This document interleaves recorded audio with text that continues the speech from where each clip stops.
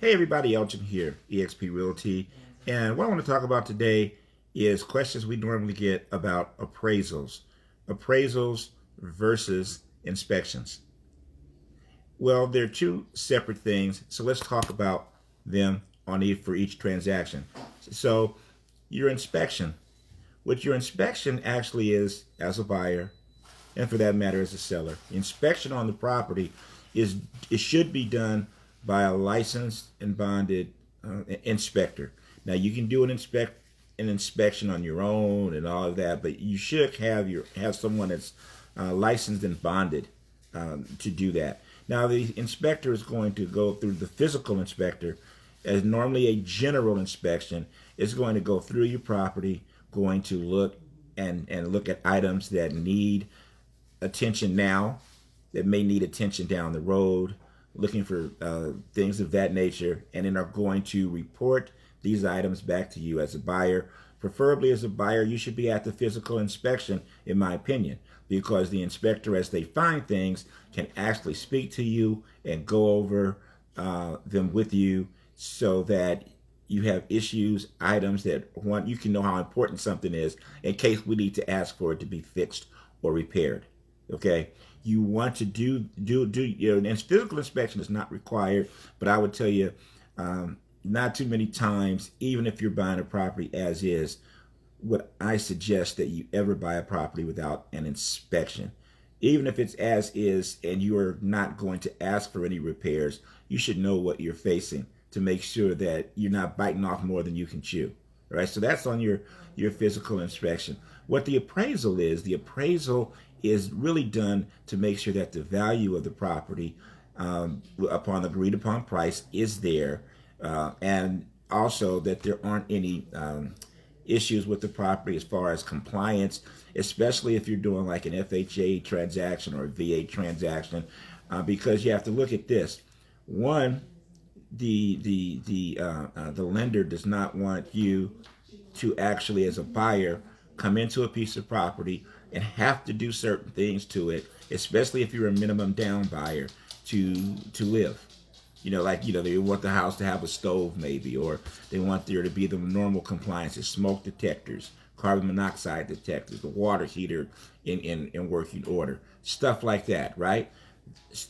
In addition to that, let's suppose that the agreed upon sales price is $500,000.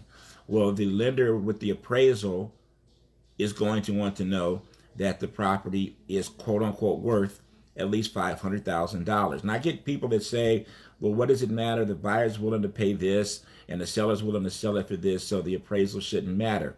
Well, see, here's the issue with that, is that if you're not paying cash and you're putting down a down payment, let's suppose that you're putting a minimum down of 3%. For that matter, let's suppose you're putting 20% down. Where is the majority of the money coming from for the deal? The majority of the money is coming from the lender. So I want you to flip your lender hat on. And let's suppose that you are Bank of America. You're the lender. If you are going to be putting up the majority of money into the transaction, which means you're taking the majority of the risk in the transaction, you are going to want to make sure that you are investing in a sound investment.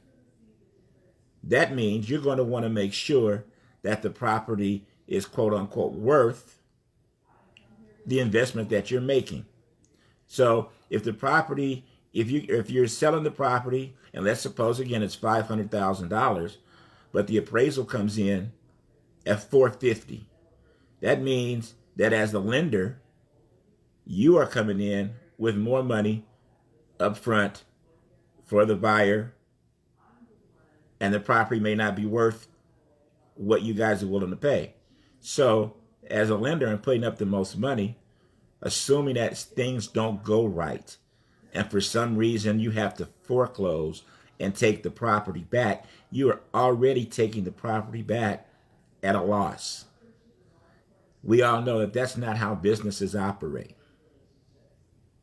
Now, the appraiser is not going to the property to make sure everything's working, not working. The appraiser is coming in looking for value and looking for basic compliance issues.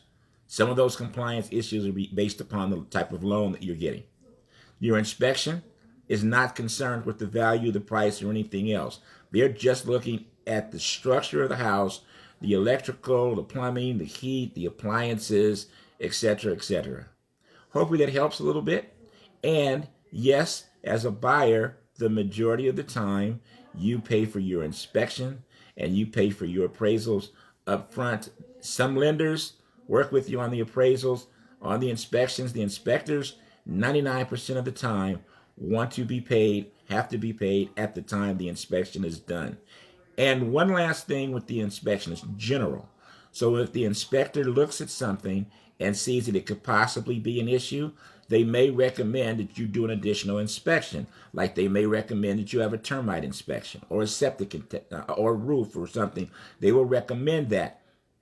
And as part of that being recommended, you have the ability to do those inspections. We go back to the seller, say this is something that the inspector is saying we should look at, and you have the ability to do so as still part of the contingencies of your deal to make sure that it's all satisfied.